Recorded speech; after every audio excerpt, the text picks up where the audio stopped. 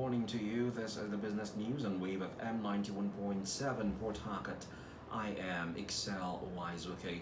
The federal government, through its various public procurement, has barred government ministries, departments, and agencies from processing upward revisions of contract sums without first obtaining a bureau certificate. This was as it issued out the sweeping guidelines that centralized the review of all contract variations and scope modifications under its authority. According to statements signed by its head of press and public relations, Zira Naga, the Bureau said the reform is designed to close one of the most persistent channels for cost inflation and corruption in Nigeria's public procurement system. The statement is titled Contract Variations, BPP Releases Guidelines. The Central Bank of Nigeria says 63.3% of Nigerians want interest rates reduced ahead of the Monetary Policy Committee meeting scheduled for May 19 and 20, 2026.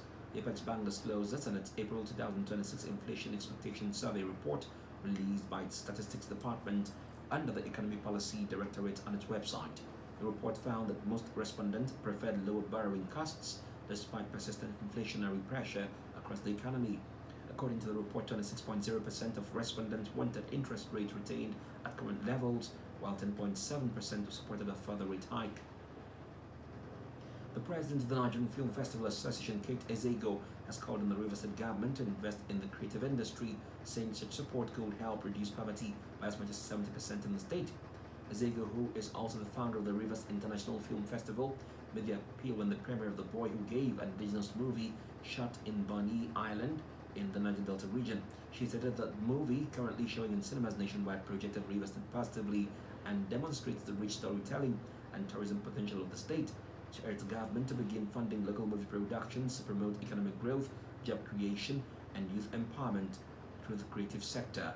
According to the writer and director of the film, Alison Precious Emmanuel, the storyline is based on a true life story centered on suffering and sacrifice.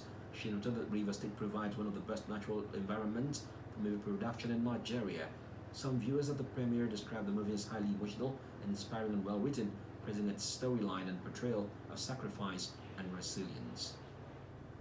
And the Far East oil prices rose on Monday morning in Asia after U.S. President Donald Trump warned Iran the clock is ticking as talks to bring the war to an end have stalled.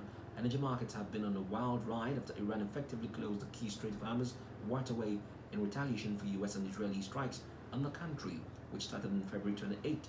Around a fifth of the world's oil and liquefied natural gas usually passes through the narrow shipping route.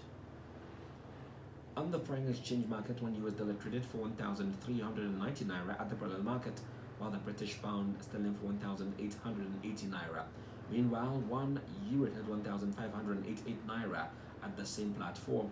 Moving on to the crude market, a barrel of Brent crude similar to Nigeria's vanilla traded for $111.13, a decrease of 87 cents or 1.7%. Similarly, the West Texas Intermediate for $103.14, an increase of 12 cents, an appreciation of 2.1%. And that's business news on Daybreak Nigeria this morning, compiled by Ayo Odungberu. You can also listen to us on waveofm917.com. For pictures and stories in the news, follow us on Facebook and X at 917 Wave of M and at Wave 917 of M on Instagram and Threads. Remember, Nigeria is our only country. We should join hands to make it great. I am Excel Uwaezuoke. Good morning and thank you for listening. Up next is Real Talk and the Midday.